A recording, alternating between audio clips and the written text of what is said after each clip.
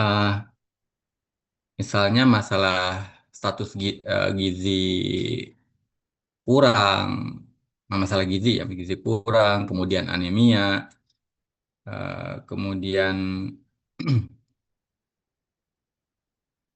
sekarang makin banyaknya penyakit degeneratif, gitu kan, itu juga semakin terus meningkat. Dan itu kejadiannya terus terjadi dan sepertinya sulit untuk diselesaikan. Nah,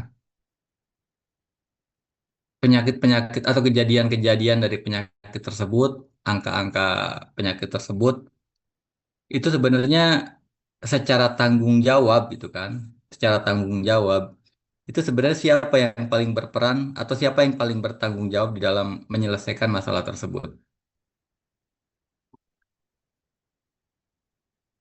Ya, kira-kira siapa, Bu? Saya ingin Pemerintah, Pak. pemerintah, Pemerintah. oke. Ini jadinya menyalahkan pemerintah nih. Bukan sih Diri Pak, sendiri, Pak. Bukan ya? Dengan program pemerintah kali gitu ya, Pak ya.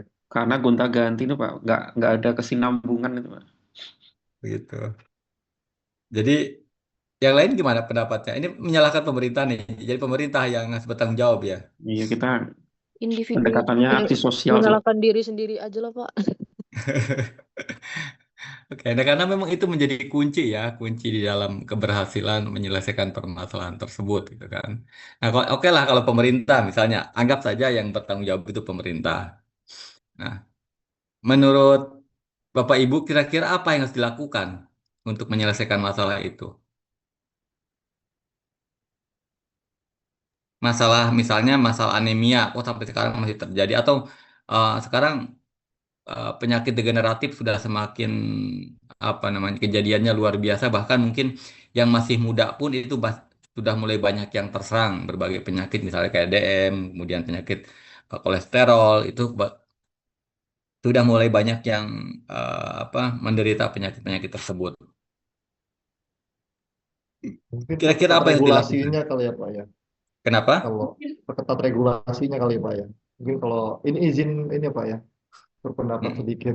Ya nggak Ini apa-apa kalau silakan Pak. Justru kita ya kita saling ini biar tahu. kalau kalau ngeliat di luar negeri kan sudah ada aturan batas minimum gula semisal gitu ya Pak ya, atau Mm-mm. semisal garam yang memang terkandung di dalam apa minuman kemasan kan juga salah satunya juga dari apa segi pemerintah yang berkontribusi di situ untuk meloloskan Mm-mm. produk-produknya gitu.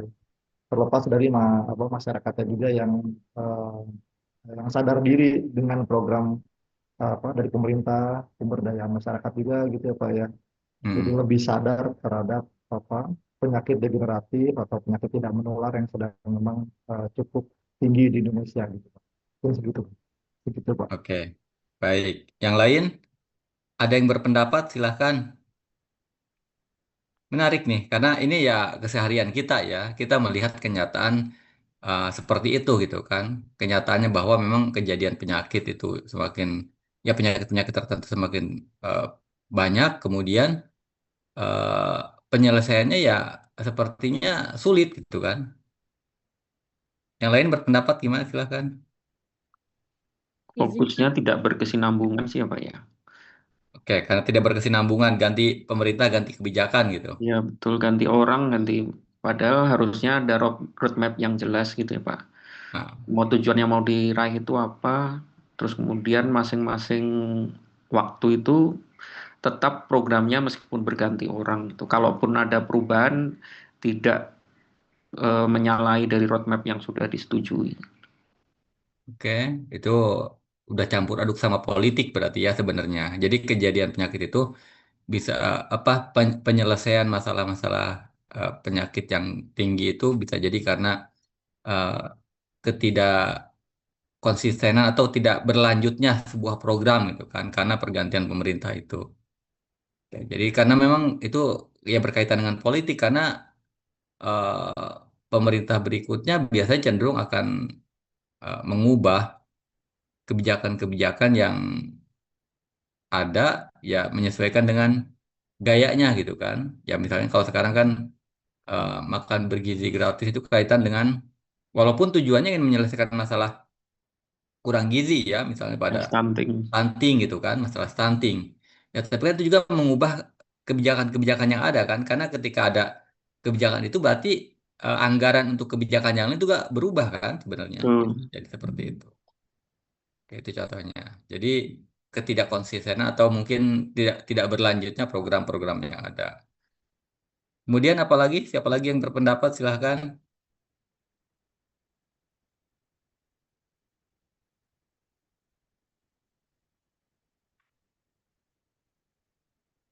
Ya ada.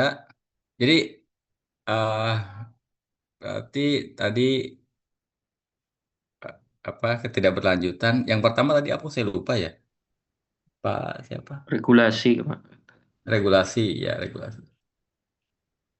Nah sebenarnya kita bisa nggak sih ingin program itu tetap berlanjut tanpa mengandalkan pemerintah? Kita bisa nggak sebenarnya? Bisa, Memungkinkan tapi nggak? skupnya nggak terlalu luas ya, Pak ya. Hmm? Bisa, tapi skupnya tidak terlalu luas gitu. Ya, harusnya bisa gitu kan. Tapi Iya. ya kalau pemerintah berganti terus kemudian mengalami kesulitan, ya misalnya Dinkes nanti ada pergantian berubah lagi gitu kan. Nah, hal seperti itu tentunya itu permasalahan tersendiri ya. Ketika memang ketika di sebuah negara terutama yang politiknya kental, kemudian artinya kental itu dia sudah mencampur adukan antara berbagai sektor dengan kebijakan politik itu menyebabkan kadang memang menjadi banyak korban apa baik dari segi kesehatan, pendidikan ya pendidikan pun sama gitu kan, nggak jauh beda artinya ganti pimpinan ya ganti juga kebijakannya itu yang terjadi sehingga itu menjadi permasalahan-permasalahan tersendiri.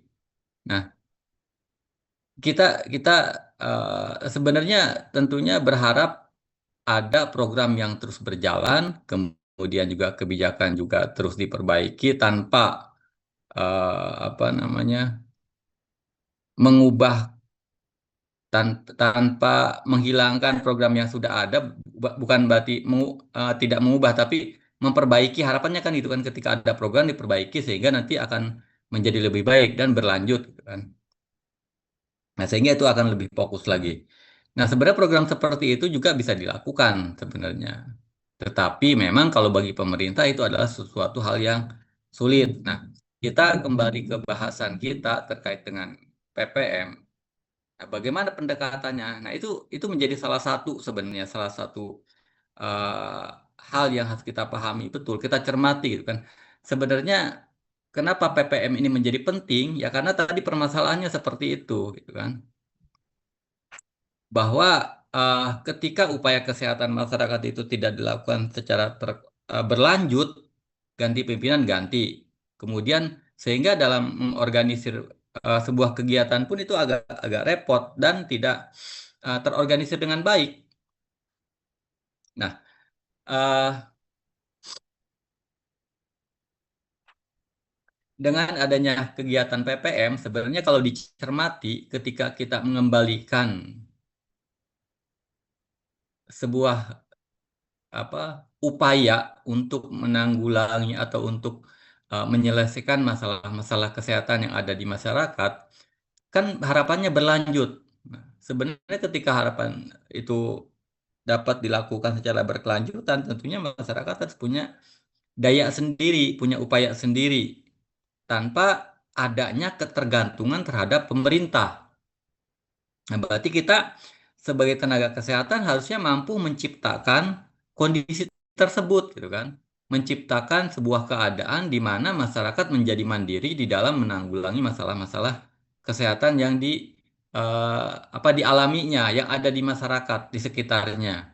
Jadi membangun kemandirian. Nah, tentunya dengan secara bersama-sama dengan segenap sumber daya yang dimiliki sebenarnya. Di sini di dalam pengantar untuk pendekatan dan strategi PPM tentunya ini menjadi bagaimana caranya sih gitu kan supaya masyarakat itu mampu melakukan kemandirian. Nah, bahwa penanggulangan penyakit dan peningkatan derajat kesehatan masyarakat tidak bisa dilakukan melalui upaya perorangan, tetapi harus melalui upaya bersama dan dilaksanakan secara berkelanjutan. Nah, ini kunci berkelanjutan ini yang menjadi penting. Ya, tadi ketika ganti pimpinan, kemudian berubah lagi, nah itu menjadi permasalahan tidak berlanjutnya sebuah program kan, tidak fokus juga akhirnya. Nah itu Pak tadi Rusman, ya, mau nanya Pak, ya silakan Bu. tapi batasnya kemandirian dan pemberdayaan masyarakat sama apa yang ditanganin sama pemerintah tuh batasnya di mana sih Pak? Oke, nanti akan kita lihat. Sebenarnya kemandirian itu akan kembali ke peran sertanya, Bu. Jadi peran seberapa berperan dari petugas kesehatan itu atau petugas dari ya kaitan dengan PPM, petugas yang ada di pemerintah di dalam sebuah program itu lebih dominan mana? Itu nanti akan ke sana, Bu. Jadi kalau seandainya masyarakat itu sudah lebih dominan, tanpa terlalu banyak melibatkan pemerintah, itu berarti tingkat kemandiriannya sudah sangat bagus.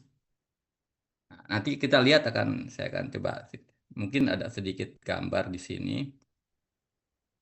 Dan saya lihat, nah ini. Jadi di dalam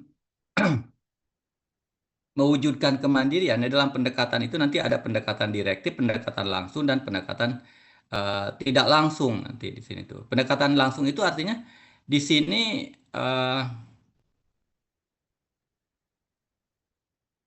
pada masyarakat yang belum siap gitu kan. Nah, ketika masyarakat itu belum siap, artinya dia belum bisa belum bisa diberdayakan, belum bisa memberdayakan dirinya gitu kan, belum terjadinya pemberdayaan. Maka pendekatan direktif dapat dipertimbangkan untuk diterapkan sebagai awal. Nah, jadi nomor satu ini kelihatan nomor satu ya.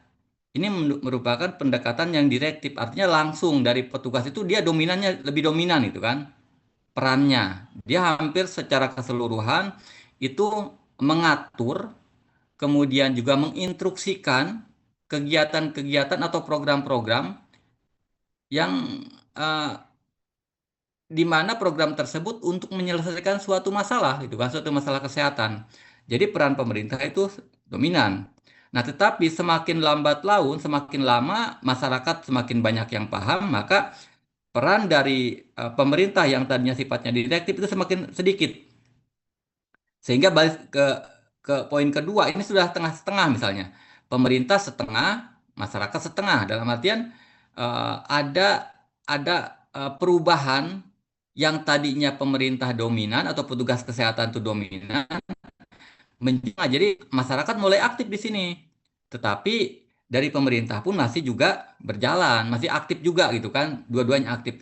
Nah, tetapi kemudian lambat laun semakin masyarakat paham betul itu merupakan kebutuhannya, kemudian juga sumber daya yang digunakan itu berasal dari masyarakat dan masyarakat sudah memiliki betul. Kenapa memiliki betul? Karena mereka sadar betul bahwa itu adalah kebutuhan mereka. Nah, itu kuncinya sebenarnya. Ketika mereka itu tahu bagaimana masalahnya, karena kadang-kadang ya tadi sekali lagi kalau masyarakat yang belum paham itu mereka tidak tahu masalahnya di mana gitu kan. Masalah yang namanya masalah kesehatan itu apa sih? Nah, itu mereka tidak tahu itu, maka mereka belum membutuhkan. Nah, semakin mereka paham, maka akan semakin tahu dan nanti mereka membutuhkan. Nah, sehingga nanti pada poin tiga, pada poin terakhirnya, itu dominan dari masyarakat itu semakin tinggi. Petugas, ya mungkin petugas sudah tidak bisa mengendalikan lagi karena mereka bukan tidak bisa mengendalikan, artinya peran petugas itu ya sudah dia hanya melihat gitu kan, hanya memantau, tapi dominannya ada di masyarakat. Nah, itu sudah tercipta kemandirian sebenarnya. Dan itu di tiap daerah pasti berbeda, tergantung di tiap masyarakat berbeda, tergantung kondisi masyarakatnya.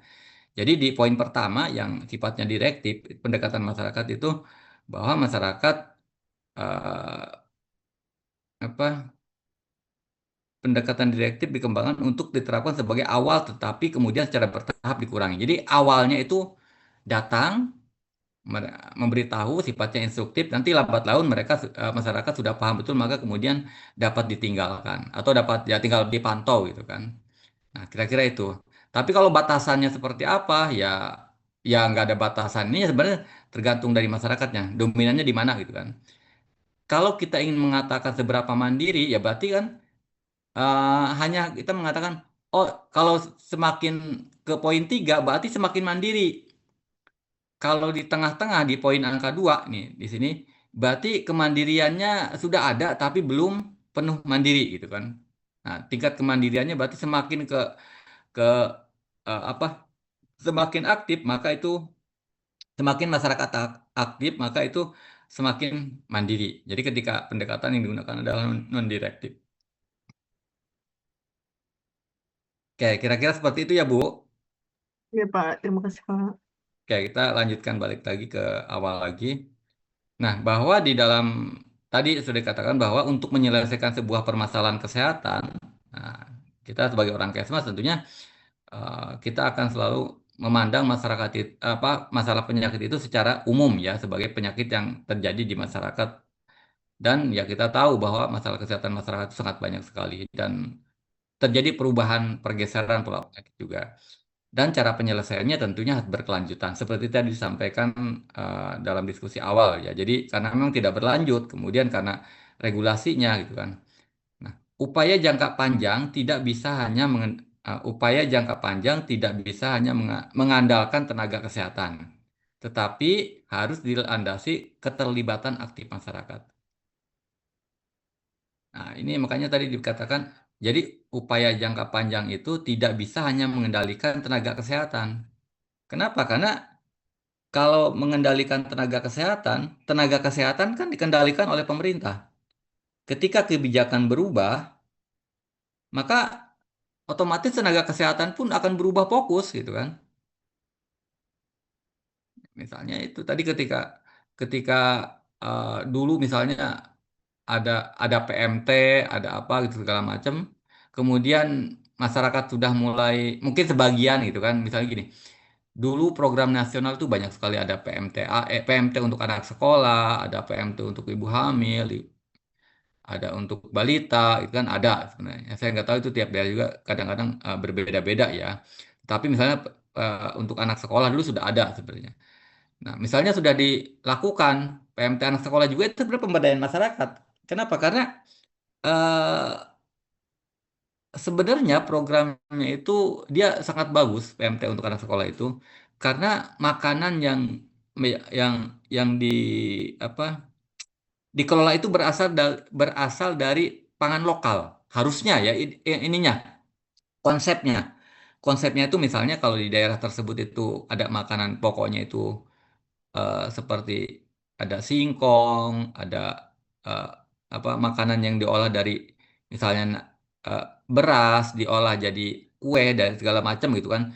Bukan berasal dari pangan-pangan impor ya, misalnya dari tepung terigu, dari ya pokoknya roti itu enggak atau permen itu bukan seperti itu. Jadi konsepnya pangan lokal sehingga nanti uangnya itu akan kembali ke masyarakat, kemudian juga anak sekolah mendapatkan gizi yang cukup dan itu pun dihitung gitu kan nilai gizinya berapa sebenarnya.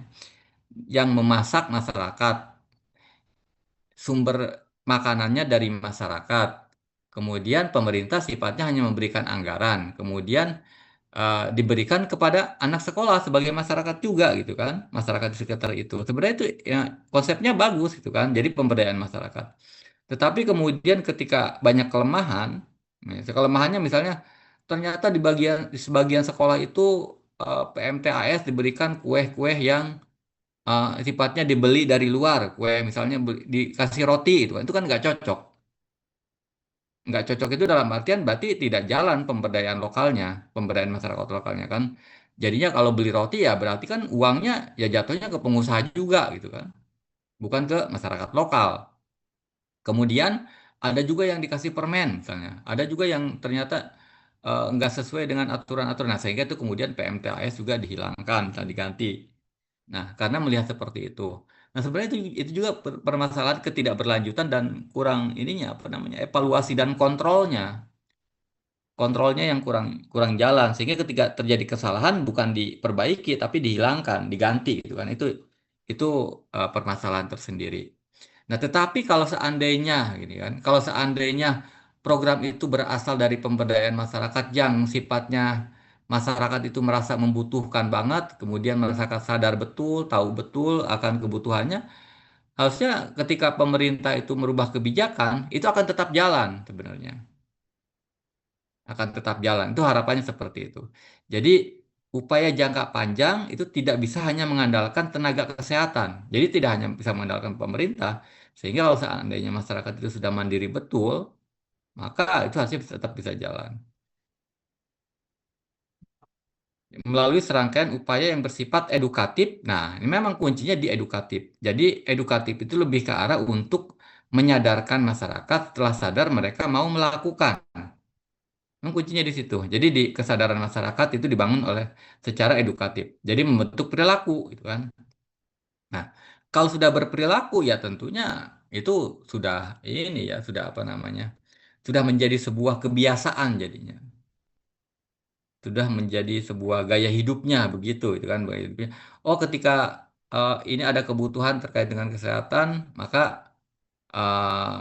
dia dengan sadar betul bukan jadi perilakunya itu bukan perilaku yang didasari oleh eh, tekanan oleh dorongan karena perintah gitu kan bukan tapi oleh karena dia sadar sadar itu berasal dari adanya edukasi adanya eh, pemberian pemahaman terhadap masyarakat. Nah, memang kuncinya di sini dalam dalam PPM itu adalah edukatif. Nah, jadi dibuat bagaimana masyarakat itu bisa memahami akan masalahnya, tahu betul masalahnya, kemudian eh, mereka butuh untuk menyelesaikan dan mereka sendiri mau melakukan itu. Itu dalam dalam PPM. Nah, sehingga memang dalam strateginya itu sehingga ya ini eh, sifat edukatif itu harus dimunculkan sehingga nanti akan mengubah perilakunya. Oke. Nah, sebenarnya PPM itu eh, awalnya itu ya pengorganisasian dan pengembangan masyarakat, tapi kemudian menjadi pemberdayaan karena memang eh, ya kalau PPM itu memang asal mulanya dari eh, luar ya, bukan dari Indonesia. Deh. Itu kita mencontoh dari berbagai negara sebenarnya. Tapi kemudian kita mengubahnya menjadi pengorganisasian dan pemberdayaan masyarakat. Jadi COCD, kalau kalau zaman saya kuliah tuh mata kuliah sebutnya COCD. Terutama lebih banyak muncul dalam kepustakaan yang berasal dari atau berkiblat pada Amerika. Sedangkan community development itu lebih banyak ditemukan di apa kepustakaan Inggris. Jadi mengacu ke negara-negara Barat sebenarnya dalam pengembangan itu. Keduanya berorientasi pada proses menuju ketercapaian kemandirian melalui keterlibatan atau peran serta aktif dari keseluruhan anggota masyarakat. Nah, memang eh, PPM ini eh, apa sangat sulit diterapkan di negara berkembang atau negara tertinggal. Sulit kalau itu. Kenapa ya? Karena memang tingkat pemahamannya yang tidak memadai untuk bisa melakukan kemandirian. Nah, itu tantangannya. Jadi ketika kita ingin menerapkan PPM di suatu daerah, kita juga harus memperhatikan betul kondisi daerah tersebut, kondisi masyarakat tersebut. Seperti apa kondisinya. Nah, apa nanti polanya apakah dominan petugas ataukah dominan nanti akan tercipta kemandirian. Itu bisa dicermati sebenarnya oleh petugas kesehatan. Oke. Nah, tujuannya diperolehnya kemandirian masyarakat untuk meningkatkan derajat kesehatan. Ya, memang tujuan dari pemberdayaan itu nanti akhirnya diperolehnya kemandirian. Ya. Tujuannya ke sana. Di eh, masyarakat bisa mengupayakan dengan sumber daya yang dia miliki untuk memenuhi kebutuhan eh, apa kesehatannya. Jadi kalau masyarakat sudah merasa itu menjadi kebutuhan, maka itu adalah langkah awal yang dapat dilakukan untuk mencapai kemandirian. Kegiatannya diarahkan kepada pengalaman belajar. Oke. Jadi sehingga memang ini merupakan jadi PPM ini merupakan kegiatan jangka panjang karena ada proses pembelajaran. Jadi untuk bisa mandiri ya mereka harus belajar dulu. Belajar untuk memahami, belajar untuk bisa melakukan. Belajar untuk paham berarti kan ada proses edukasi, ada proses mereka mencari pemahaman. Kemudian juga karena adanya situasi hasil yang di apa kebutuhan. Jadi mereka apa situasi-situasi yang mereka itu membutuhkan gitu kan. Kemudian juga mereka ada situasi yang direkomendasikan. Jadi membutuhkan kemudian ada misalnya oh dari pemerintah itu atau dari petugas kesehatan itu rekomendasinya ini. Nah, itu juga bisa bisa jadi ada kebutuhan, kemudian ada rekomendasi dari apa namanya eh, petugas-petugas kesehatan, kemudian mereka juga akhirnya ya secara ini melakukan eh, pendekatannya bagaimana mereka mampu melakukan kegiatannya secara mandiri. Kemudian syarat mutlak, ya menjadi syarat mutlak itu lebih ke arah, ya ini sudah partisipasi, keterlibatan aktif kelompok sasaran. Ini menjadi syarat mutlak sekali memang. Nah, sehingga di dalam setiap kegiatan PPM, itu harus penuh kesabaran. Jadi ketika masyarakat tidak hadir, misalnya kita mengundang, kita akan melakukan kegiatan posyandu. Masyarakat banyak yang nggak hadir, kira-kira apa yang harus dilakukan? Nah, coba saya ingin tahu, kalau seandainya masyarakat tidak hadir datang ke posyandu, kita misalnya kader sudah mengumumkan, ya, misal eh, apa bidan sudah datang ke suatu RW atau RT mengumumkan Bu RW atau Bu RT kita akan akan mengadakan posyandu, nah, misalnya ternyata masyarakat misalnya kader udah ada lah kader walaupun banyak ada misalnya kemudian diumumkan banyak yang nggak datang kira-kira apa yang harus dilakukan dengan kondisi seperti itu. Identifikasi masalah ya, Pak. Kenapa Identifikasi. nggak datang? Misalkan didatangi warganya, ditanya Oke. permasalahannya. Oke, iya. Artinya jadi harus mencari tahu dulu kenapa gitu kan itu yang terjadi sebenarnya apa. Apakah tidak tepat waktunya? Misalnya, oh ini jam jam orang tidak ada di rumah gitu kan. Diadakan posyandu, ibu-ibunya nggak pada. Oh ternyata di situ itu merupakan ibu-ibunya banyak yang bekerja misalnya di kebun ataupun di kantor atau di mana kan. Jadi pada nggak ada misalnya, oh nggak tepat waktu jamnya misalnya atau harinya nggak tepat, cocoknya hari Minggu atau hari apa. Nah itu juga dicermati dulu. Jadi jangan langsung apa mengambil kesimpulan juga. Jadi ketidak ketiadaan partisipasi masyarakat itu juga harus dicari penyebabnya. Kemudian kalau seandainya mereka tuh ada di rumah tapi mereka nggak mau datang ya tentunya kita harus cari tahu juga kan kenapa mereka tidak datang. Nah, itu karena ini merupakan syarat mutlak, artinya kita tidak bisa mengabaikan ya udah kalau yang nggak datang nggak usah didatengin atau nggak usah dipedulikan, nggak bisa seperti itu dalam konsep partisipasi. Jadi misalnya dalam SKDN apa namanya masih SKDN atau enggak sekarang semua jadi SKDN itu semua balita kemudian dan ditimbang dan eh, naik timbangannya. Jadi SKDN itu. Nah, misalnya ternyata banyak yang nggak datang atau tingkat tingkat kehadiran di posyandu hanya, nah itu harus jangan diabaikan yang nggak datang itu, didatengin ke rumahnya. Oke, ditimbang ya ditimbang. Nanti suatu saat mereka akan menyadari betul atau diberikan edukasi. Nah, penting memberikan edukasi itu supaya nanti meningkatkan partisipasi masyarakat. Disampaikan misalnya bapak ibu ibu misalnya anaknya harus kenapa nggak datang ke posyandu gitu kan. Posyandu itu penting kadang untuk memantau pertumbuhan dan perkembangan. Kalau seandainya pertumbuhan perkembangannya tidak terpantau, khawatirnya misalnya terjadi gizi kurang, nanti akan berdampak seperti apa. Diberikan penjelasan betul-betul sehingga sampai memahami gitu kan. Atau bila perlu ada contoh-contoh ya diberikan contohnya. Ini gambarnya seperti ini yang kurang gizi. Nanti dampaknya bisa ke kecerdasan, bisa ke kesehatan, bisa ke itu diberikan penjelasan sehingga nanti paham gitu kan. Setelah paham ya diharapkan nanti ada partisipasi gitu kan. Nah, itu kunci ininya sebenarnya harapannya. Jadi keterlibatan aktif dari kelompok masyarakat. Walaupun itu sifatnya partisipasinya ikut serta. Nah, belum menjadi kader gitu kan kalau semua ada kadernya banyak kemudian semua berpartisipasi mensukseskan kegiatan posyandu tentunya itu sudah sangat luar biasa gitu kan kadernya kalau nggak ada kader ini yang lain siap jadi kader gantian gitu kan nah, itu sudah sangat bagus sekali. Oke dalam konsep Hargrad kelompok sasaran akan meningkat dan lebih menetap jika kelompok sasaran dilibatkan dalam proses belajar. Nah, ini. Jadi tadi mendatangi ke rumah itu merupakan proses pembelajaran. Ketika kita memberikan edukasi itu merupakan proses pembelajaran.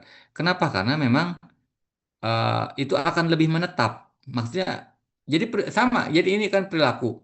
Perilaku itu akan lebih menetap kalau secara pemahaman dan sikap itu sejalan.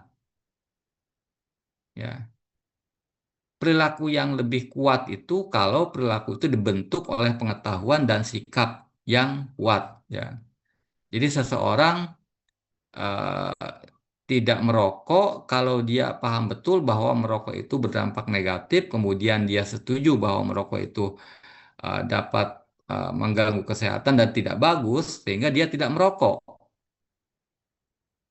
Beda kalau orang yang tidak merokok itu dikarenakan memang dia tahu bahwa merokok itu dilarang gitu kan. Di sekolah nggak boleh merokok, di rumah nggak boleh merokok. Ada larangan tertulis merokok tanpa dia menyadari betul. Dia yakin merokok itu nggak masalah kok. Misalnya merokok itu nggak mengganggu kesehatan, tapi dia nggak merokok karena di tempat itu nggak boleh merokok gitu kan.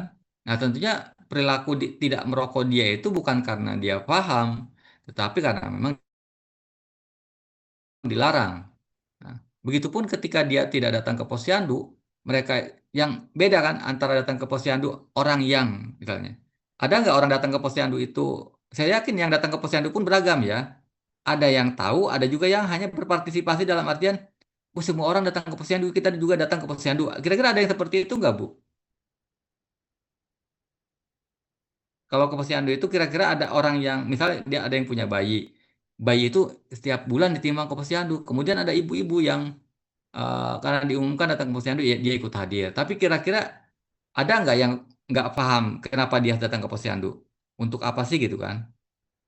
Kalau hanya untuk ditimbang dia tahu gitu kan. Tapi kenapa mesti ditimbang? Kira-kira ada yang tahu nggak sampai detailnya? Ada yang nggak tahu nggak? Atau semua paham orang yang datang ke posyandu itu?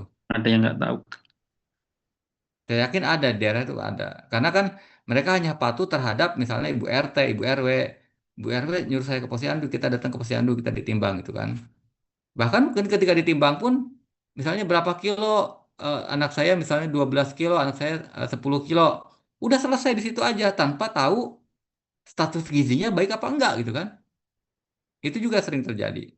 Kalau seandainya dia menanyakan bagaimana status gizi anak saya, status gizi anak ibu bagus misalnya, atau ya diterangkan karena dia sampai paham. Nah itu tentunya beda ya. Nah dari perilaku itu jauh akan lebih kuat kalau dia paham betul gitu kan. Akan lebih menetap perilaku itu jika dia paham betul akan eh, tindakannya, akan perilakunya. Nah sehingga edukasi itu menjadi hal yang wajib dilakukan untuk memberikan pemahaman, sehingga pemahaman itu akan membentuk sikap dan perilaku nantinya. Jadi perilaku yang kuat itu tentunya yang didasari oleh dua faktor tersebut. Dua faktor itu yaitu pengetahuan dan sikap. Ada mungkin ada juga yang kaitan dengan merokok misalnya. Dia tahu merokok dapat eh, apa menyebabkan berbagai gangguan kesehatan. Tapi secara sikap dia nggak setuju. Saya nggak setuju kalau nggak boleh merokok, ya boleh-boleh aja merokok karena meninggal itu bukan urusan orang, misalnya gitu kan, bukan urusan orang itu kan semua orang juga akan meninggal merokok, yang merokok dan nggak merokok juga meninggal, gitu kan. Misalnya sikapnya seperti itu, ada nggak yang sikap seperti itu? Dia tapi dia tahu merokok itu mengganggu kesehatan, tapi sikapnya dia nggak setuju kalau nggak boleh merokok karena meninggal itu bukan urusan itu, sakit juga bukan urusan manusia misalnya. Ada nggak yang seperti itu? Ya, Pak. Ada ya. Karena kan edukasi sudah dilakukan, tapi sikapnya belum berubah. Nah, itu sangat sangat ini apa namanya sangat mempengaruhi perilakunya.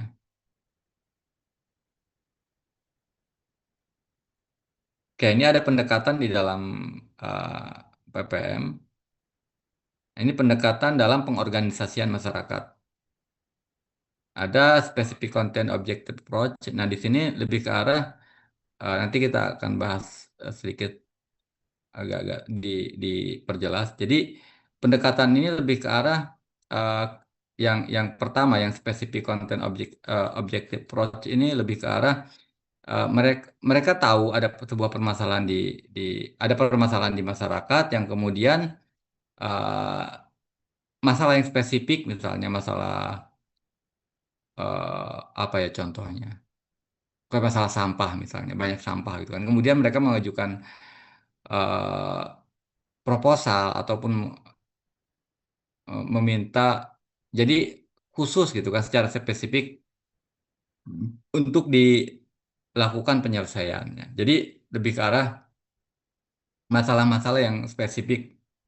Nah, kemudian ada yang masalah-masalah yang sifatnya dari berbagai apa namanya pemberdayaan yang kemudian disatukan, itu kan. Kemudian ada juga di dalam pendekatannya yang lebih ke arah pendekatan. Jadi di dalam PPM itu ada yang secara spesifik, ada yang menggabungkan dari berbagai eh, di dalam satu apa namanya tujuan yang yang umum gitu kan. Nanti kita lihat detailnya. Kemudian ada juga yang lebih ke arah pendekatannya secara apa proses gitu kan. Di sini kalau yang proses itu lebih lebih ke arah melibatkan mulai dari identifikasi nanti. Jadi menyadarkan betul setelah sadar. Jadi identifikasi melibatkan masyarakat, kemudian juga merencanakan melibatkan masyarakat, memutuskan melibatkan masyarakat. Intinya pada proses eh, apa proses penyelesaian masalah kesehatan yang ada di masyarakat itu mereka dilibatkan. Ini pada pada proses objective approach-nya. Nah, itu yang dilakukan. Jadi ada tiga pendekatan. Kita lihat satu-satu nanti. Nah, ini yang spesifik content objective approach-nya. Suatu lembaga merasakan adanya kebutuhan bagi masyarakat. Jadi, misalnya kalau kalau di kelurahan, RT, RW atau LSM ataupun mungkin pemuda atau mungkin eh, sekelompok masyarakat melihat eh, misalnya ini di sini banyak sampah nih yang nggak dikelola atau sampah banyak yang mengganggu tapi sulit ditangani gitu kan. Itu masalah kemudian eh, secara inisiatif mengajukan alat ke ini misalnya ke Dinas Lingkungan Hidup atau Dinas Kebersihan untuk dapat mengelola sampah sendiri misalnya membuat program dengan melibatkan masyarakat gitu kan. Nah, itu sudah secara spesifik ya. Jadi kegiatan-kegiatan itu ya, ya pemberdayaan juga gitu kan. Cuma ini pendekatannya seperti itu, pendekatan untuk menyelesaikan masalah dengan pemberdayaan gitu. Jadi ada masalahnya, nah, spesifik, kemudian ada proses pemberdayaannya dari masyarakatnya itu. Jadi masyarakatnya ada terlibat. Nah, kemudian yang ini meminta bantuan untuk melaksanakan program tersebut. Untuk unsur terpenting dalam pendekatan ini adalah waktu untuk memenuhi kebutuhan tersebut. Oke, kemudian ada General Content Objective Approach. Ini lebih ke arah beberapa lembaga merasakan adanya kebutuhan bagi masyarakat, kemudian membuat beberapa program. Jadi ini lebih ke arah banyak program yang kemudian disatukan di dalam sebuah lembaga, kan. Nah, misal kalau posyandu itu sebenarnya general, dia bukan hanya untuk menimbang. Jadi ketika ada imunisasi, ketika ada pemeriksaan ibu hamil, ketika ada eh, apa pemeriksaan untuk lansia, kan sekarang namanya nggak lagi secara aturan sebenarnya bukan nggak dibedakan ya posyandu sebenarnya ya posyandu gitu kan nggak ada posyandu remaja lansia ataupun itu tapi sudah disatukan posyandu aja gitu kan. Nah, karena memang sifatnya general gitu kan, ada beberapa kegiatan yang dapat diintegrasikan di posyandu. Bahkan mungkin ada penyuluhannya, ada PMT-nya, banyak sekali program itu di posyandu itu. Jadi dia betul-betul terintegrasi di sana itu. Unsur terpenting dalam pendekatan ini adalah koordinasi. Nah, memang jadi unsurnya koordinasi. Jadi berbagai program, misalnya eh, ingin memberikan apa namanya, kira-kira ada program baru nggak yang masuk ke posyandu ya? Ya, kalau yang baru sekarang mungkin ya dulu nggak ada lansia, kemudian ada lansia, awal-awalnya nggak ada. Kemudian ya pemeriksaan ibu hamil, kemudian imunisasi itu sudah terintegrasi. Dan itu tentunya perlu koordinasi kan? siapa yang melakukan, misal ada bidannya yang melakukan imunisasi, kemudian ada mungkin kalau penyuluhan nanti ada tenaga penyuluhnya, ya nggak harus bidan juga penyuluhan itu, misalnya bisa ahli kesmas memberikan penyuluhan di posyandu, atau bisa menjadi tempat pembelajaran juga gitu kan. Oke, itu yang general content objective approach-nya. Kemudian ini yang proses objektif approach-nya lebih ke arah berlangsungnya proses untuk menumbuhkan prakarsa dari masyarakat. Berlangsungnya proses untuk menumbuhkan prakarsa dari masyarakat. Nah, ini sudah lebih ke arah menumbuhkan eh, kesadaran ataupun mungkin ya di prakarsanya dari masyarakat. Timbul kerjasama antar anggota masyarakat untuk mengatasi masalah mereka. Nah, di sini pendekatannya lebih ke arah pendekatan proses. Jadi mulai dari mereka mengenal masalah, jadi mereka merasakan masalah dulu gitu kan. Oh, ada persamaan. Saya ini merasa terganggu dengan sampah, atau saya ini melihat kok banyak ya di masyarakat itu anak-anaknya nggak sekolah, atau anak-anaknya itu kok kayak seperti kurang gizi atau kurang sehat gitu kan. Nah, itu mulai mereka merasakan adanya masalah-masalah itu. Nah, kemudian tentunya dari mulai itu kemudian mengidentifikasi kenapa sih gitu kan. Kemudian sehingga kemudian setelah mengapa mencari tahu kemudian memutuskan. Setelah memutuskan kemudian melaksanakan program. Itu semua dilakukan secara bersama-sama oleh masyarakat karena memang adanya ini apa namanya kesadaran. Nah, nah, dalam prosesnya sekali lagi dalam membangun kesadaran itu bisa masyarakat itu sadar sendiri, memahami sendiri, bisa juga disadarkan oleh petugas. Yang ada dua itu ya. Jadi kalau masyarakatnya belum sadar bahwa di lingkungan itu banyak masalah, mereka mungkin bisa disadarkan. Tapi biasanya masyarakat yang akan sadar sendiri itu biasanya sulit, jarang gitu kan. Kenapa? Karena ketika itu menjadi sebuah keadaan yang biasa, misalnya kalau dalam keseharian melihat orang yang gizi kurang itu ya biasa gitu kan di lingkungannya anak itu ya ukurannya segitu gitu kan. Ya ada yang kurus, ada yang itu udah biasa gitu kan. Tapi kalau di suatu tempat yang anaknya itu biasa, maksudnya sehat, kemudian juga status gizinya baik, tapi kemudian ketika ada melihat salah satu anak yang kurus itu kan menjadi sebuah masalah. Nah, tapi kalau masyarakat terbiasa melihat seperti itu, biasa melihat masalah gizi kurang, gizi buruk itu hal yang terjadi sehari-hari yang dia biasa lihat, mungkin mereka menganggap itu ya biasa gitu kan, nggak menganggap masalah sehingga tidak tumbuh keinginan untuk bisa menyelesaikan itu, karena itu menjadi sebuah kebiasaan. Nah, sehingga kalau itu perlu pendekatan dari petugas gitu kan. Tugas itu harus menyadarkan betul bahwa ini adalah sebuah masalah, penyebabnya ini gitu kan. Nah, itu harus sudah mulai dilibatkan dalam proses. Unsur penting dalam pendekatan ini adalah partisipasi masyarakat. Nah, ini sebenarnya. Ini sekali lagi, ini tidak bisa, maksudnya pendekatan apa, pendekatan pengorganisasian ini tidak bisa disamakan di setiap masyarakat, tergantung kondisinya. Ada yang mungkin dari awal itu sudah bisa menggunakan pendekatan secara proses, kalau mereka sudah tingkat pemahamannya baik ya, pendidikannya sudah baik misalnya, sehingga mereka gampang untuk memahami dan punya sumber daya gitu kan, itu bisa melakukan pendekatan secara proses. Tapi kalau belum bisa ya kita bisa menggunakan pendekatan yang lain, bisa pendekatan dengan specific content objective approach ataupun bisa menggunakan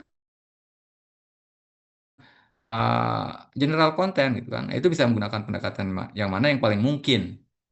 Ya intinya masalah itu dapat diselesaikan.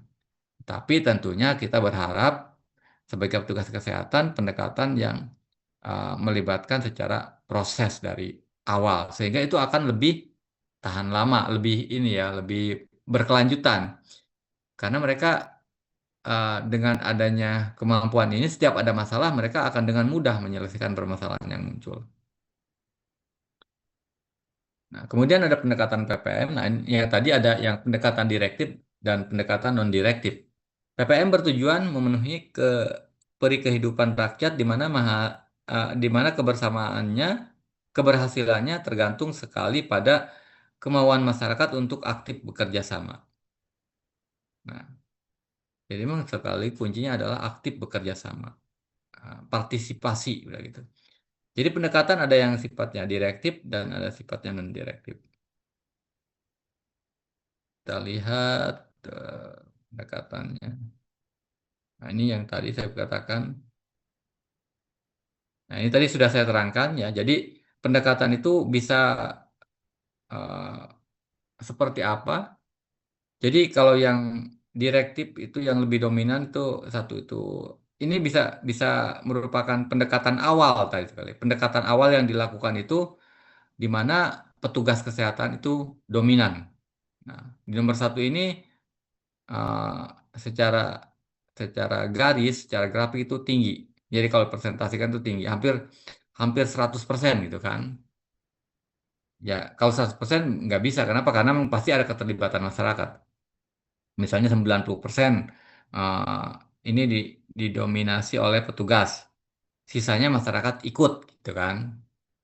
Nah, kemudian eh, setelah masyarakat mulai ada terlibat, diberikan peranan oleh petugas itu.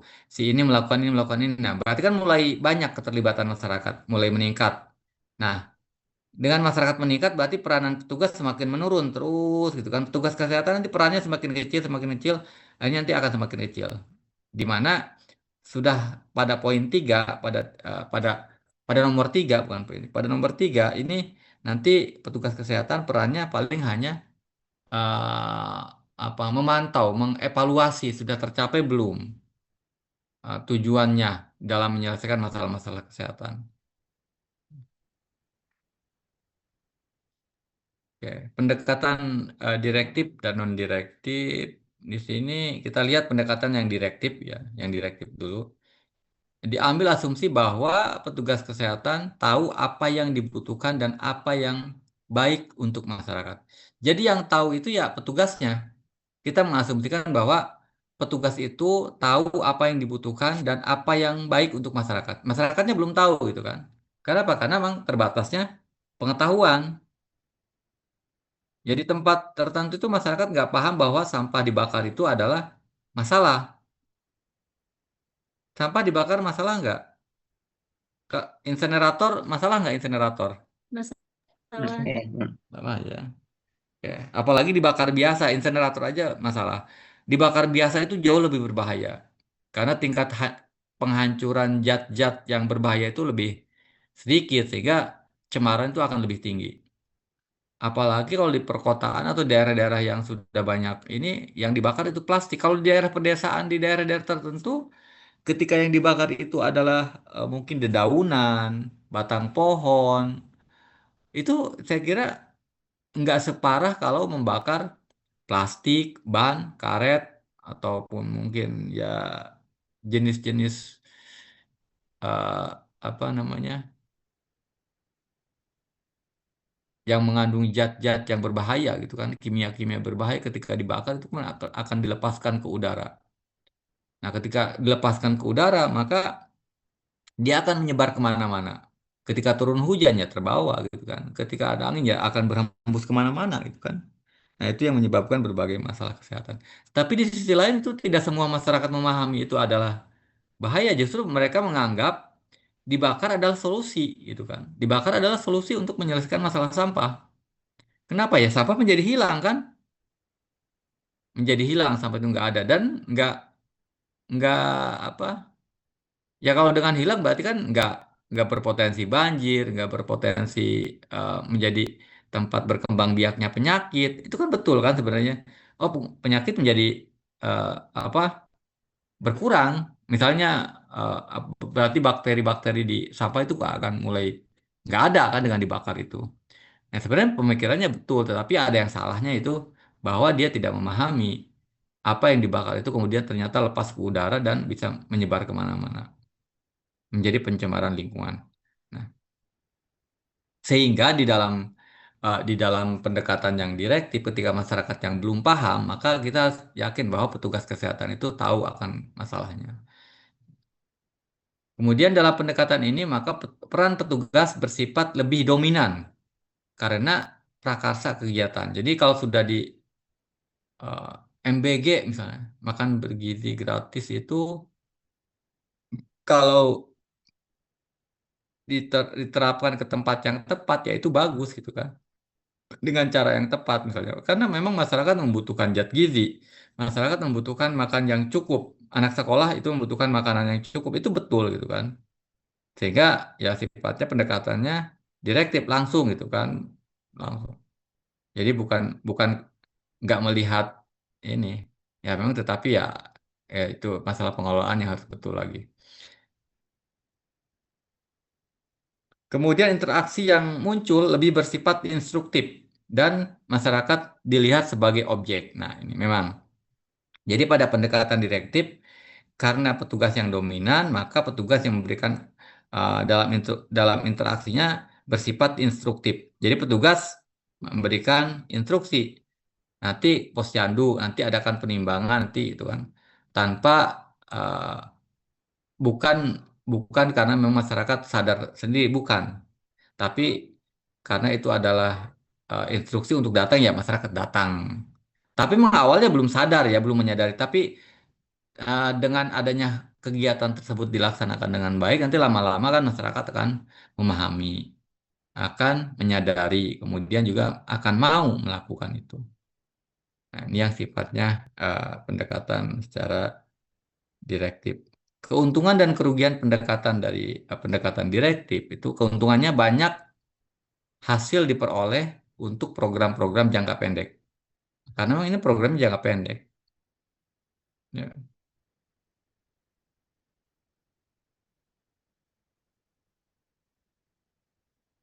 Kalau jangka panjang ya harus di bukan direktif lagi, non direktif. Kenapa? Karena harus dilandasi oleh pengetahuan dan sikap yang kuat gitu kan.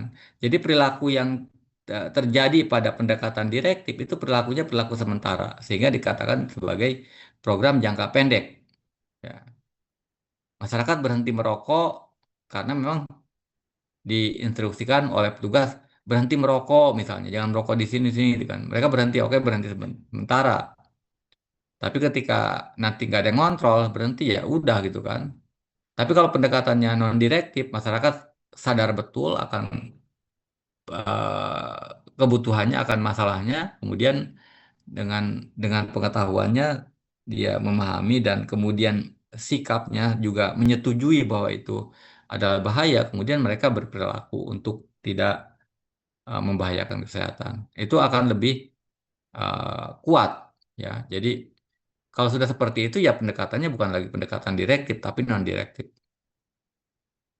Kerugiannya dalam pendekatan direktif ini kurang efektif untuk program-program jangka panjang, misalkan untuk perubahan perilaku. Jadi nggak cocok. Jadi kalau kita ingin merubah perilaku hanya dengan menginstruksikan, ya tadi sifat instruksi itu kan jangka pendek.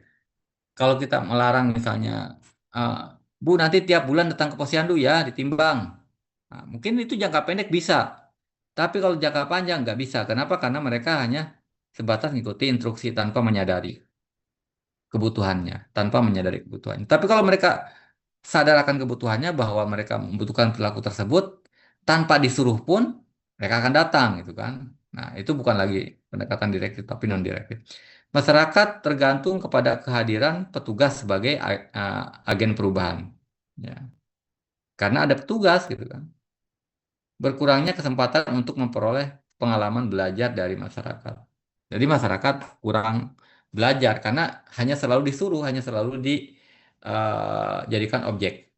Jadi bukan pengambil keputusan, bukan sebagai orang yang diajak mengidentifikasi masalah, bukan orang yang diajak mengevaluasi gitu kan.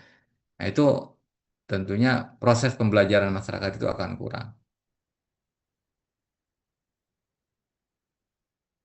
Oke. Nah, ini pendekatan non direktif ya. Yang pendekatan non direktif diambil asumsi bahwa masyarakat tahu apa sebenarnya yang mereka butuhkan dan apa yang baik untuk mereka. Nah, sehingga tadi kita harus paham betul gitu kan kita ketika akan melakukan program PPM, akan melakukan pemberdayaan masyarakat, kita harus mengetahui kondisi masyarakat itu kira-kira kita bisa mengasumsikan yang mana. asumsi masyarakat itu tahu atau tidak tahu gitu kan. Kalau kita, wah ini masyarakat kayaknya belum banyak yang mengerti tentang hal masalah ini gitu kan. Maka petugas itu menggunakan pendekatan yang sifatnya direktif. Jadi tidak tapi nanti lambat laun harus diubah pendekatan direktif itu menjadi non direktif gitu kan. Itu harus diubah. Nah, yang pendekatan non direktif itu ya kita tinggal memicu saja, memicu dengan beberapa informasi atau mungkin beberapa eh, apa namanya gambaran keadaan. Oh, ini di masyarakat ini banyak kejadian ini loh. Ini faktanya seperti ini. Itu dengan seperti itu nanti mereka akan mulai berpikir, paham, kemudian mereka melakukan. Jadi diambil asumsi bahwa masyarakat tahu apa yang sebenarnya yang mereka butuhkan dan apa yang baik untuk mereka. Jadi mereka tahu itu. Peranan pokok ada pada masyarakat. Nah, peranan pokok ada pada masyarakat. Sedangkan petugas lebih bersifat menggali dan mengembangkan potensi masyarakat. Ya, kalau masyarakat, mereka tahu gitu kan masyarakat itu, tetapi mereka belum tahu bagaimana cara berorganisasinya. Nah, itu maka peran petugas di situ. Jadi dalam pendekatan non direktif, minimal masyarakat itu tahu betul kebutuhannya, walaupun belum bisa melakukan penggalian sumber daya yang dimilikinya, belum bisa melakukan pengorganisasian. Itu petugas yang harus kemudian memandu dengan berbagai kemampuannya. Jadi bagaimana menyelesaikan masalah kesehatan mungkin masyarakat belum tahu. Nah, sehingga itu yang harus diajarkan oleh petugas kesehatan. Misalnya cara membangun, nah dulu itu misalnya masyarakat buang air besarnya di kali, di sungai. Nah, bagaimana mereka ingin berubah dari sungai kemudian menjadi di WC misalnya. Nah, tapi nggak tahu cara bikin WC. Nah, makanya petugas itu juga berperan. Siapa yang bisa, misalnya SDM-nya di mana itu nanti petugas yang bisa mengidentifikasi. Prakarsa kegiatan dan sumber daya yang dibutuhkan berasal dari masyarakat. Jadi ya ide-idenya digali dari masyarakat. Sehingga idenya itu kita menggali, petugas kesehatan itu menggali.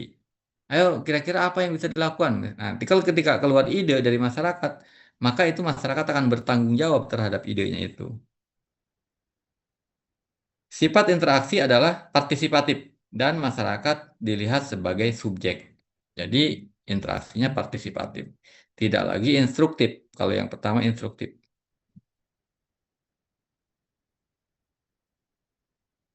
Oke. Pendekatan non-direktif yang sangat terkenal adalah dalam konseling. Ya, yang non-direktif itu lebih ke arah konseling yang bersumber dari uh, humanistic approach. Nah, jadi uh, ya lebih ke arah memberikan ini ya, apa edukasi-edukasi, kemudian membimbing. Jadi masa digali gitu kan, digali permasalahannya apa, kemudian diedukasi bagaimana cara-cara menyelesaikannya.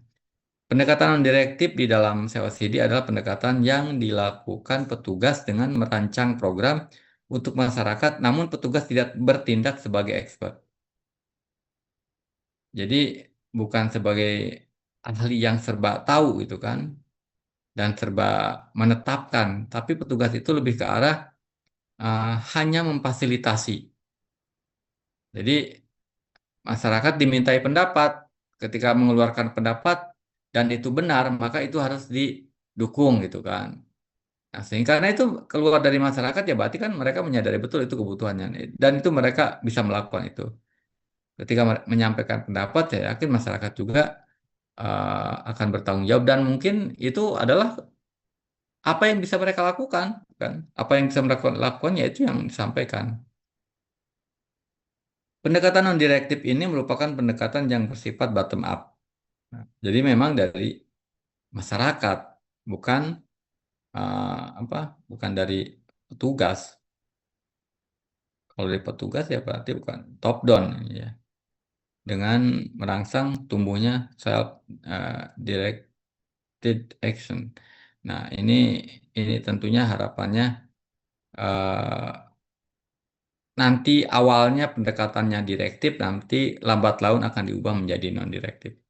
Keuntungan dan kerugian dari pendekatan non direktif ini pertama yaitu masyarakat memperoleh pengalaman belajar untuk pengembangan diri dengan eh, apa learning by doing. Jadi belajar eh, dari tindakan-tindakan yang dilakukan langsung gitu kan. Itu akan lebih apa namanya pengalamannya memberikan pemahaman. Jadi apa yang mereka lakukan itu jadi jangan lupa juga dalam pendekatan non direktif ini ketika mereka melakukan jadi disertai dengan edukasi juga. Nah, itu yang harus diberikan juga supaya apa yang mereka lakukan itu punya landasan yang kuat.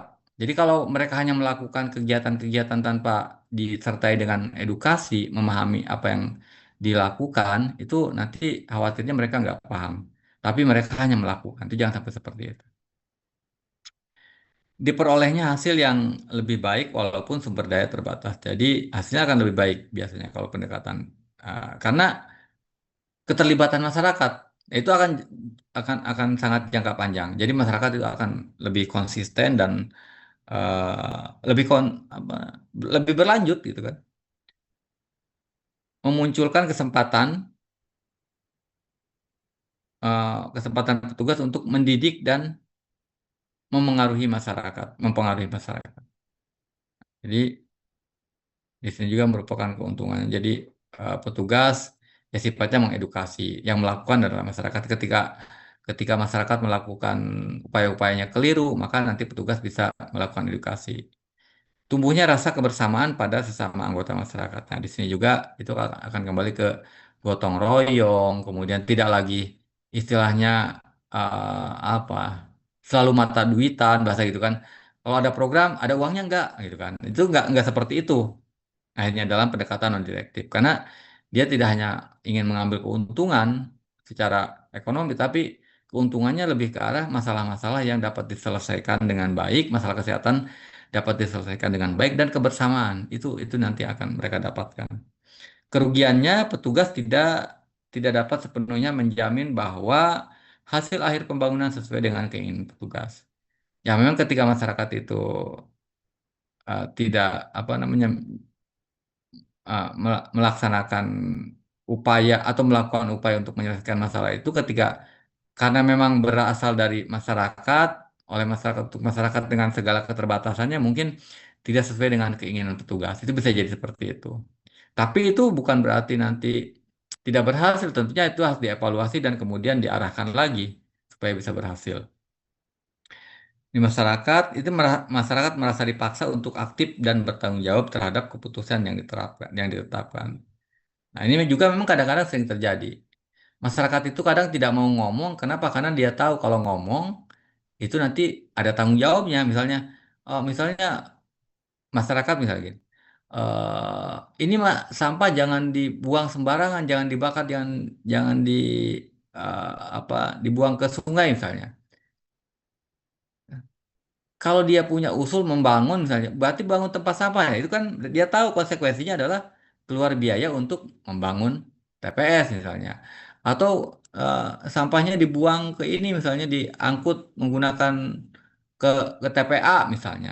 Itu konsekuensi ada biaya untuk pengangkutan. Misalnya ada sewa truk atau apa segala macam. Nah, itu konsekuensinya memang. Sehingga kadang masyarakat tidak bisa aktif juga memang. Kalau masyarakat yang ini, kadang mereka nggak mau. Tapi kalau masyarakatnya itu sudah paham betul bahwa itu adalah konsekuensi dan yang nggak masalah gitu kan ketika ada sumber dayanya itu nggak masalah. Jadi nggak merasa terpaksa gitu kan. Oke, sedikit lagi materinya. Eh, nah ini yang pendekatan direktif dan non direktif.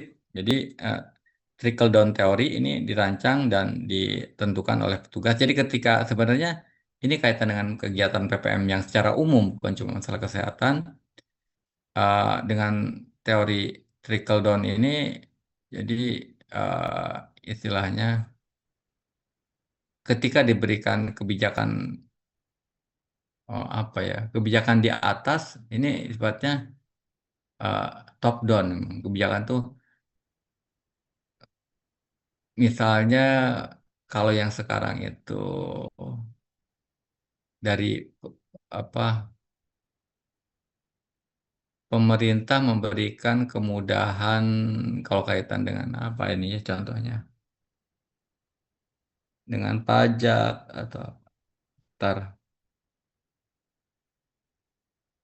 kebijakan ini bersifat dari pusat nanti limpahannya itu akan menetes ke bawah apa ya contohnya kalau gitu dalam kesehatan. Kalau dalam ekonomi sih trickle down itu lebih ke arah misalnya kebijakan eh, perusahaan misalnya perusahaan yang bergerak di bidang pangan itu disubsidi oleh pemerintah misalnya gitu kan. Oke. Atau atau eh, apa bukan bulog sih yang perusahaan beras misalnya perusahaan apa pengusaha pengusaha pangan misalnya beras disubsidi oleh pemerintah. Pemerintah mensubsidi pengusaha kan, tapi sebenarnya harapannya nanti harga beras itu menjadi murah misalnya. Nah, itu contohnya gitu maksudnya. Itu yang trickle down teori. Jadi kalau ketika ada yang sifatnya langsung ya ada intervensi, maka diharapkannya itu akan turun ke masyarakat. Jadi ketika misalnya di puskesmas memberikan ini ke posyandu memberikan bantuan nanti diharapkannya langsung ke masyarakat. Jadi bukan bukan bukan dari bawah ke atas tapi dari atas ke bawah. Orientasi hasilnya hasil eh, langsung terlihat ya hasilnya memang cepat terlihatnya gitu kan. Baik buruk dilihat dari sudut pandang petugas. Oke. Jadi kadang-kadang karena memang ini kebutuhan petugas, kebutuhan dari pemerintah, maka ukuran baik buruknya ya pemerintah karena mereka yang tahu misalnya ini gizi kurang banyak. Oke dikasih bantuan pangan kasih PMT misalnya masyarakat menerima kemudian oh ini berkurang ya dikatakan masalah itu oleh pemerintah dikatakan berkurang juga oleh pemerintah gitu kan jadi baik buruknya itu dilihat dari sudut pandang pemerintah ini sudut pandang petugas jadi ketika mereka mengatakan berhasil ya berhasil menurut petugas ya mungkin di masyarakat juga berhasil tapi uh, lebih fokusnya ke petugasnya ya. Sedangkan yang non direktif, bottom up teori dirancang dan ditentukan sesuai dengan harapan komunitas. Jadi ini akan sangat beragam kalau ini, karena beda masyarakat ya beda beda kebijakan atau beda rancangan programnya. Orientasi proses, jadi orientasinya lebih ke arah proses pengalaman belajar, kemudian baik buruk dari sudut pandang komunitas. Strateginya ya ini advokasi, social support, sama community empowerment, pemberdayaan masyarakat, dukungan sosial dan advokasi. Oke, ada pertanyaan? Silahkan kita diskusi lagi. Bisa dipahami ya, Bu? Paham ya, gampang ya. Iya, Pak. Silahkan kalau ada pertanyaan.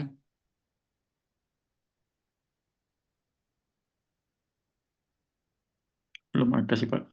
Belum ada. Oke, nanti saya lupa ada bukunya PPM itu ada beberapa buku yang saya dapatkan dari ini berbagai sumber. Nanti akan saya kasihkan ke Bu Mega ya. Nanti silakan sebagai bahan bacaan aja gitu kan. Karena eh, sebenarnya walaupun nggak saya kasih buku itu ya bisa dibaca dari berbagai sumber juga saya kira itu nggak masalah untuk bisa memperdalam terkait dengan PPM ya. Tapi ini yang saya sampaikan itu tentunya merupakan prinsip-prinsip di dalam melaksanakan atau mewujudkan terbentuknya PPM ya dari awal sampai itu lebih ke arah cara prinsip-prinsipnya. Ya, terutama partisipasi masyarakat, kemudian juga proses, kemudian juga edukasi itu merupakan hal-hal mendasar di dalam PPM.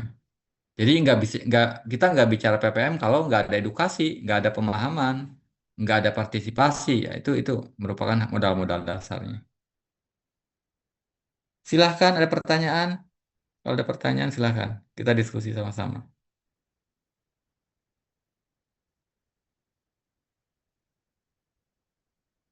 Oke, minggu depan UTS ya.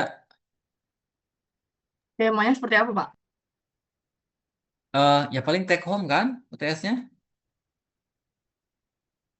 Nanti akan saya kasih ini di editing mungkin nanti akan saya siapkan di editing nanti waktunya tiba nanti tinggal dikerjakan. Bisa jadi mungkin waktunya bisa bisa seharian atau berapa lama. Saya belum belum menentukan. Belum ini Bu belum siapkan untuk UAS. Atau belum siapkan untuk UTS ada usulan nggak atau mau gimana UTS-nya? Pilihan ganda aja kali Pak. Pilihan ganda aja, Pak. Oh gitu. Oh, Atau berarti kalau ngerjain langsung, tugas aja nggak apa-apa, Pak. Tugas hah? tapi jangan ditulis tangan, Pak. Oh gitu. Emang ada yang tulis Iya, tangannya? Iya, Ada ya Pak. berarti ada, kalau Pak. kalau Iya bilang Pak, gitu ada berarti ada Pak. ya. Iya, Pak. Tinggal kasih Izin tugas deadline aja, aja, Pak. Bapak. Kayak, ya nggak apa-apa tugasnya saya ini kan. Tapi memang kelemahan sekarang itu kuliah kuliah online kemudian juga ini memang eh, kita ini dosen kadang-kadang bingung. Bingungnya itu kenapa? Karena saya kadang kan zamannya AI ya. Ketika dikasih tugas itu ya gampang banget menggunakan AI itu langsung terjawab semua. Nah itu memang kelemahannya ya. Tapi ya saya percayalah silakan saja. Tapi mau menggunakan AI mau bagaimanapun yang penting dipahami. Jadi prosesnya itu tetap berjalan. Saya percaya. Jadi kalau yang kelas khusus ini tidak hanya sekedar apa namanya ya makanya diskusi itu penting gitu kan supaya bisa tersampaikan. Nah jadi tidak hanya sekedar apa namanya nilai gitu kan, tapi berharap ada ilmu yang didapatkan dari ke arah sana. Ya tentunya berharap seperti itu. Karena ya sebenarnya walaupun diberikan tugas pilihan ganda sekalipun, BEM ujian pilihan ganda kalau online kayak gini itu akan sangat mudah dijawab oleh AI. Masukkan semua ke ChatGPT langsung keluar semua jawaban dan ininya. Nah, tapi saya percaya nanti. Oke, jadi kalau nanti untuk UTS-nya eh bisa kan saya berikan mungkin kayak buka ya mirip-mirip tugas gitu kan. Tapi menjawab atau menjelaskan dari ada pertanyaan-pertanyaan yang dijawab gitu ya. Jadi ada poin-poinnya nanti. Siapa? Nah, Berapa soal, Pak? nah, saya belum bikin, Bu. Belum, nanti saya akan lihat tuh. Saya, karena ya memang harus dipikirkan kalau yang beda dengan reguler ya. Kalau reguler bisa di kelas ditungguin, mas saya gitu kan, ditungguin misalnya nanti silakan kerjakan. Kan bisa dilihat juga menggunakan internet apa enggak. Kalau yang kayak gini soalnya enggak, tapi ya mungkin bisa bisa lah sekitar sehari 24 jam misalnya saya berikan tugas ya udah silakan seharian kerjakan. Akan saya lihat nanti minggu depan berarti ya. Itu UTS semua ya, udah UTS semua. Coba. Untuk waktunya tetap sama dengan sekarang ini atau gimana, Pak? Kayaknya UTS sama deh waktunya. Nggak ada jadwal tersendiri. Ya kita samain aja ya untuk waktunya UTS. Nanti akan saya siapkan di Edlink deh soal dan ininya. Nanti tinggal buka Edlink, di situ nanti akan ada ini apa namanya di bagian tugas itu akan ada soal dan nanti silahkan dikerjakan dan dikumpulkan di situ lagi nanti. Oke baik, silahkan kalau ada mau diskusi terkait dengan ini.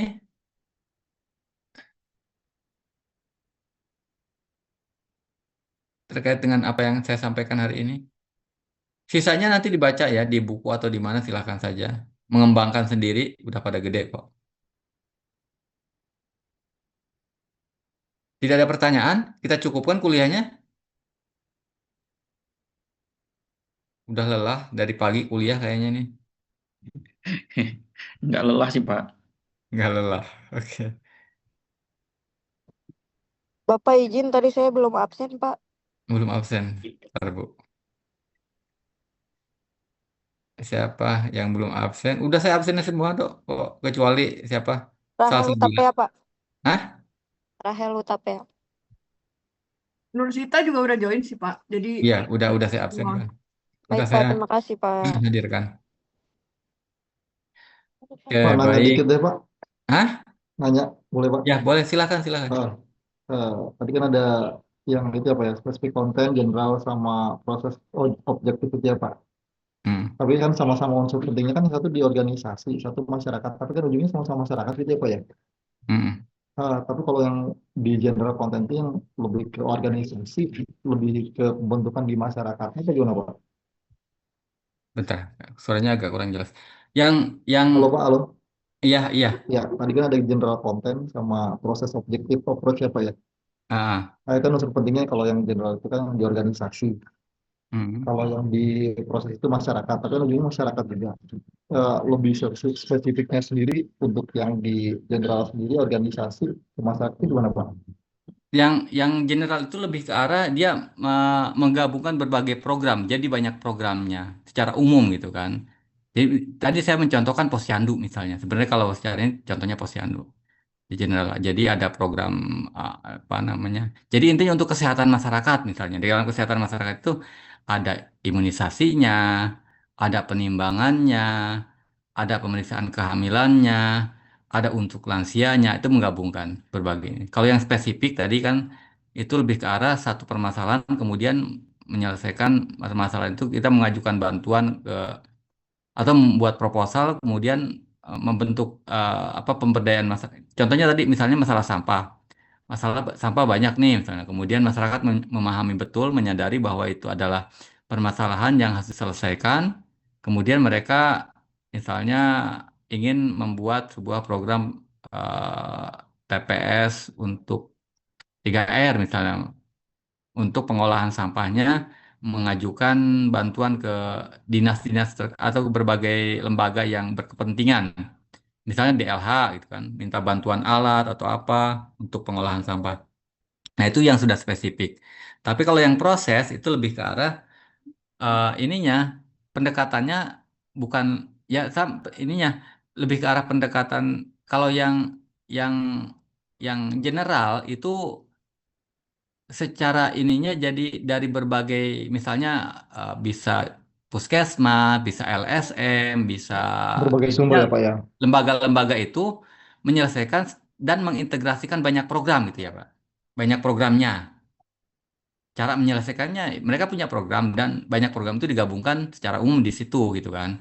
Nah, tapi kalau yang pendekatan secara proses yaitu lebih ke arah keterlibatan masyarakat sudah dominan di sana. Jadi mulai dari awal mengidentifikasi, merencanakan, memutuskan itu semua langsung ke masyarakat. Tapi kalau yang general itu belum belum nggak nggak tidak apa belum langsung ke apa melibatkan masyarakat secara langsungnya. Tapi ada pendekatan yang eh, kalau dikombinasikan dengan yang direktif itu agak-agak direktif ininya. Jadi petugas itu petugas baik dari LSM, dari dinas-dinas tertentu itu masih berperan dominan gitu kan. Itu awal-awalnya. Oke oke Pak. Makasih banyak Oke, Pak. oke ya. Ada lagi silahkan.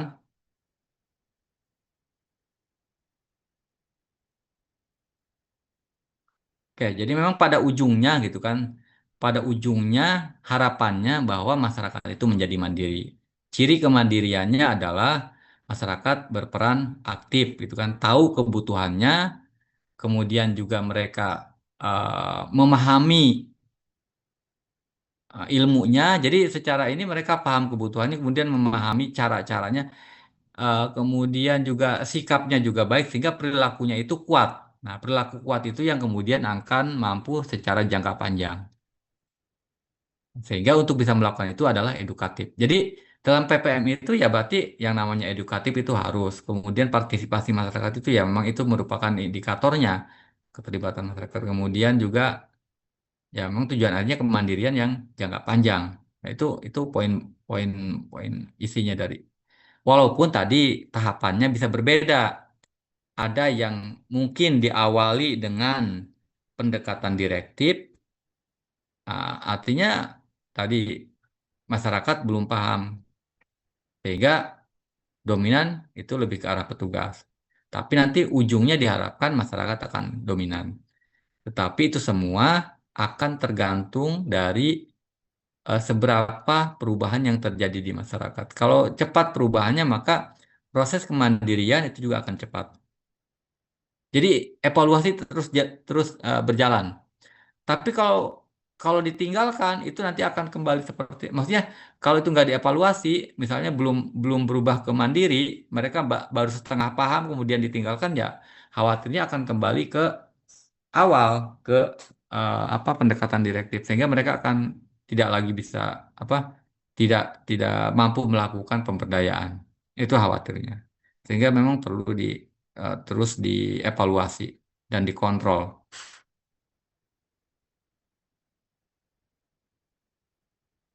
Baik, masih ada? Sudah cukup? Kalau sudah cukup, kita akhiri hari ini. Kita sama-sama baca hamdalah. Alhamdulillahirobbilalamin. Alhamdulillah. Assalamualaikum warahmatullahi wabarakatuh. Waalaikumsalam. Waalaikumsalam. Terima kasih, Terima kasih, Pak. Pak. Iya, Terima sama-sama. kasih, Terima kasih, Bapak. Pak. Iya, sama-sama. Saya tutup ya.